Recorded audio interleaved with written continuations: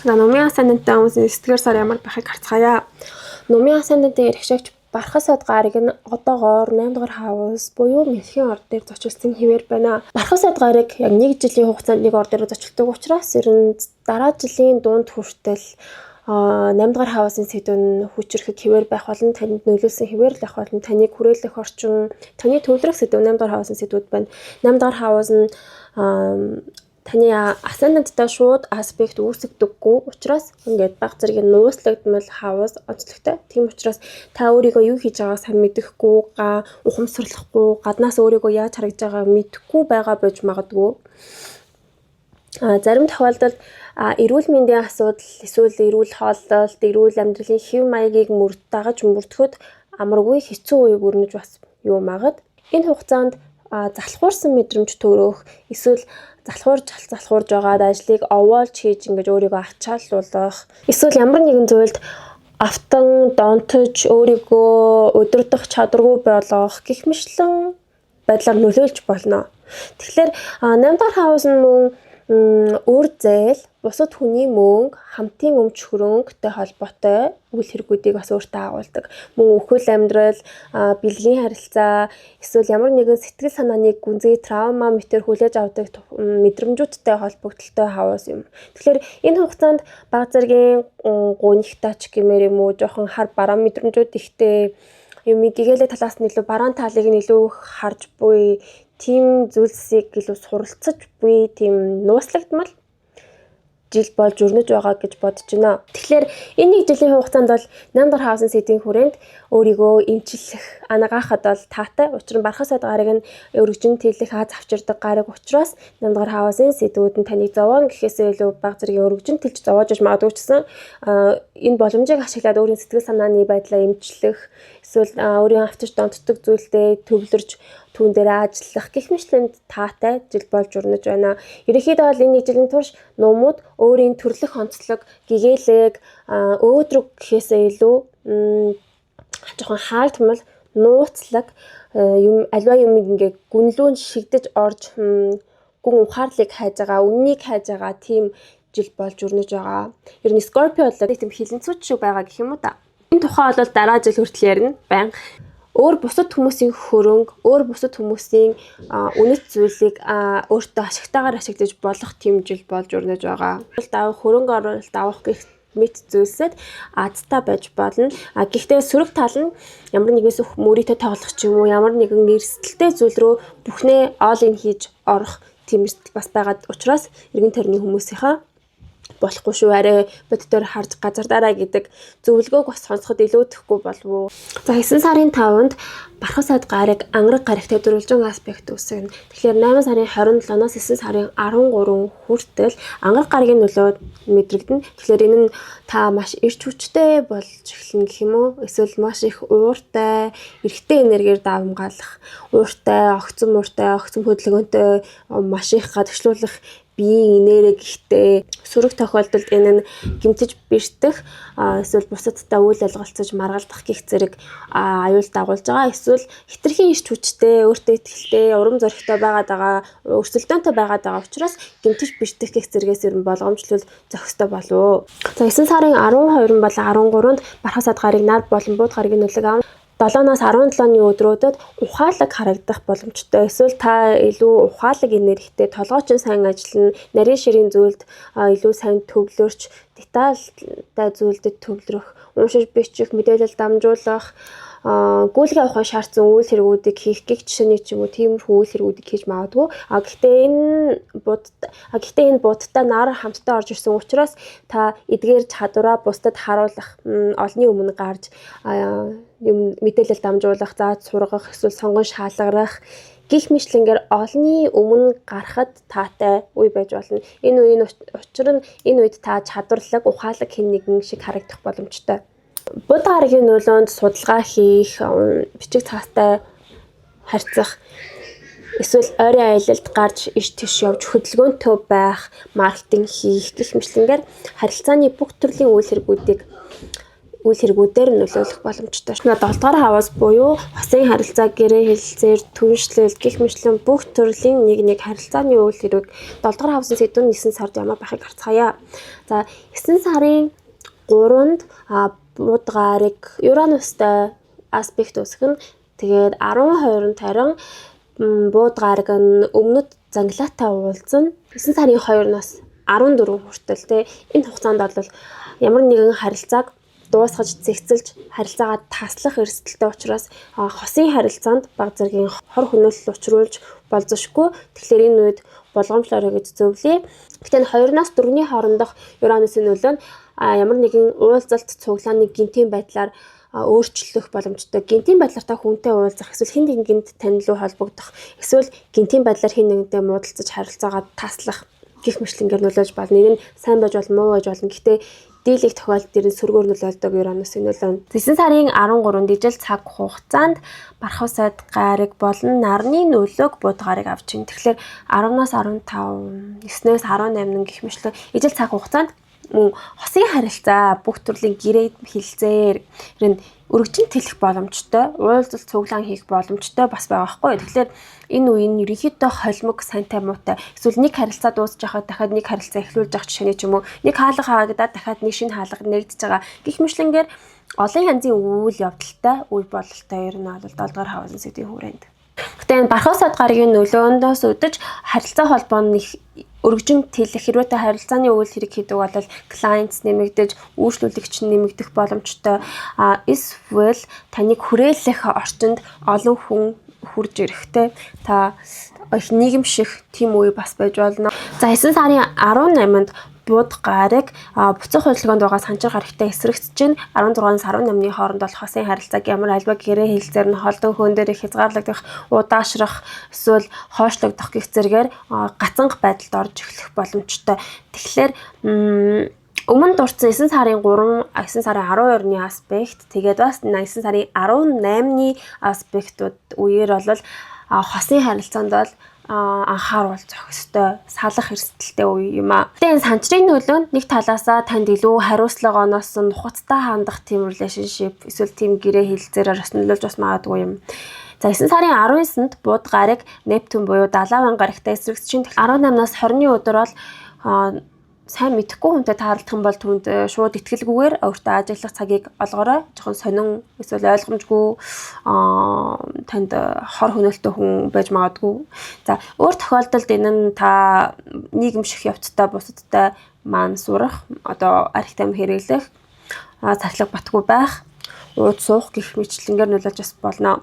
Эсвэл өөр тохиолдолд таны хос чинь, эхнэр чинь, нөхөр чинь им тан хэрэглэх ч юм уу, эсвэл манандсан байдалд, суйлдаа байдалд, эсвэл манарсан, ирч хүчгүй, эсвэл амьдралаа жоохон тасарсан тийм усан энергитэй байж болох юм. 10 дугаар хавс буюу ажил мэргэжлийн асуудлыг харцгаая. Нийгмийн харилцаа, ажил мэргэжил. Ер нь бол Нумын асаанантын 7 болон 10 дугаар хавсыг эрхшээгч нь бууд гарыг юм аа. Тийм учраас ижил төстөө байдлаар бууд гаригийн нөлөөнүүд нь орж ирнэ. Карьерийн асуудал нь хосын харилцаатай адилхан бас амар олон янз янзын үйл хэрэгүүдээр нөлөөлнө. Тэгэхээр энэ нь сайнтай, муутай, их тийм замбраагүй, жоохон завгүй тийм сар болж өнгөрж ийн гэж ерөнхийдөө ойлгоорой. Дээрээс нь таны 10 дугаар хавс олох MC дээр хэртэлт болж байгаа. 8 сарын 23-нд шинэ сар таны 10 дугаар хавс дээр гарсан. Энэ хугацаанд ажил мэргэжлийн хувьд шинэ эхлэл тавьсан байх боломжтой 8 сарын 23-наас хойш. Харин одоо 9 сарын шинэ сар мөн адил охины ордын 29 дэгрee дээр болно. Тэгэхээр энэ 2 сарын турш ерөнхийдөө бол энэ хэртэлтийн уйлралт таны ажил мэргэжилтээр маш том өөрчлөлтүүд гарч байгаа тийм сар өрнөж байна. 9 сарын 3-нд бууд гарыг Уранустай дөрвөлжин аспект өгсөн 2-оос 4-ний хооронд ажил мэргэжил нийгмийн харилцааны хүрээнд гинтийн тамаглагүй үйл хэрэгүүд өөрчлөлтөөр нөлөөлөх боломжтой байна. За 9 сарын 11-нд нар South Node-тай уулзсан. Тэгэхээр 7-наас 15-ны хооронд ажил мэргэжлийн хүрээнд ямар нэгэн зүйлийг цэгслээд дуусгаж тавьж явуулж байгаа нэрийг харагдаж байна. Энэ нь хөнгөнөө харах юм бол ямар нэгэн хийж байгаа прожектод дуусгана. Эсвэл эргэн тойрноо ингээд эрх цэвэрлэгээ хийгээд шинжлэх ч юм уу те. Эсвэл сөрөг тохиолдолд энэ нь ажлаасаа гарах ч юм уу байж болох юм тийм ээ. За 9 сарын 12-нд нар тэгснэ Бархавсад гарагтай уулзаад 9 сарын 12-нд бууд гараг бас л өмнөд занглаатай уулзж байна. Тэгэхээр энэ өмнөд занглагийн нөлөө айгүй их байгаа байхгүй юу? Ямиг дуусгаж байгаа 7-15 тэгснэ 10-аас 14-ний хооронд ижил цаг хугацаанд л байна л да. Тэгэхээр давхар бархас сайд гарагийн нөлөө орж ирж байгаа нь юу гэсэн үг гэхээр нэг хаалга хагдаа дахиад шинэ хаалга нэгжин гэсэн ойлголттой болно. Бархас сайд гарагийн нөлөө нь танд олон төрлийн ажлын боломжуудын урд чинь тавьж өгнө. Ажил мэргэжлийн өсөлт ахиц дэвшлийг бас бэлэгдэж байна тийм ээ. 9 сарын 13-нд мөн ижил цаг хугацаанд 9-ээс 18-ны хооронд бууд гараг болон нар уулзж байна. Тэгэхээр энэ юу гэсэн үг гэхээр ажил мэргэжлийн хувьд та ил гарч өөрийгөө чадвараа харуулж эсвэл өөрийнхөө хийсэн ажлынхаа үр дүнг бусдад танилцуулж эсвэл олон нийтээр өөрийгөө хүрээлүүлж өөрөө өдөртөн зохион байгуулж байгаа тийм нарны энерги эрчимцэн үе байж болно. Сөрөг тохиолдолд энэ нь таны алдаатай таал, таны онцгүй муу талыг чинь бас харуулж магадгүй. Нарны нөлөө нь бол сайн ч байдаг, муу ч байдаг учраас. За сарын дундаас эхлээд 9 сарын 18-нд бууд гараг буцах хөдөлгөөнд байгаа санчир гарагтай эсрэгдэж байна. Тэгээд 21-нд мөн адил нар санчир гарагтай эсрэгдэж байна. Тэгэхээр 16-наас 18, 14-өөс 24 гэж 16-аас 24-ний хооронд ажил мэргэжлийн хувьд хариуцлага ихээр үрсэн ачаа хүндэрж байгаа үеж болно. Эсвэл таны хийж байгаа ажил хэрэг чинь удаашрж, хоошилж, эсвэл бүр цуцлагдах ч юм уу. Эсвэл та энэ үед ямар нэгэн байдлаар ажилласаа жоохон хөндөрөх байж бас байж болох юм. Өөрөө хөндөрөөд амралтаа авч байгаа ч юм уу. Эсвэл ажилласаа гарч байгаа гэх мэтлэнгээр нөлөөлж бас болох юм. Эсвэл таны хийж байгаа ажилд илүү их та төвлөрж өөрийгөө золиослож одоо өөрөө илүү их хичээл зүтгэж маш хариуцлагатай айлын өрхийн тэргүүр мэт тийм хариуцлагатай болох ёстой үе байж магадгүй.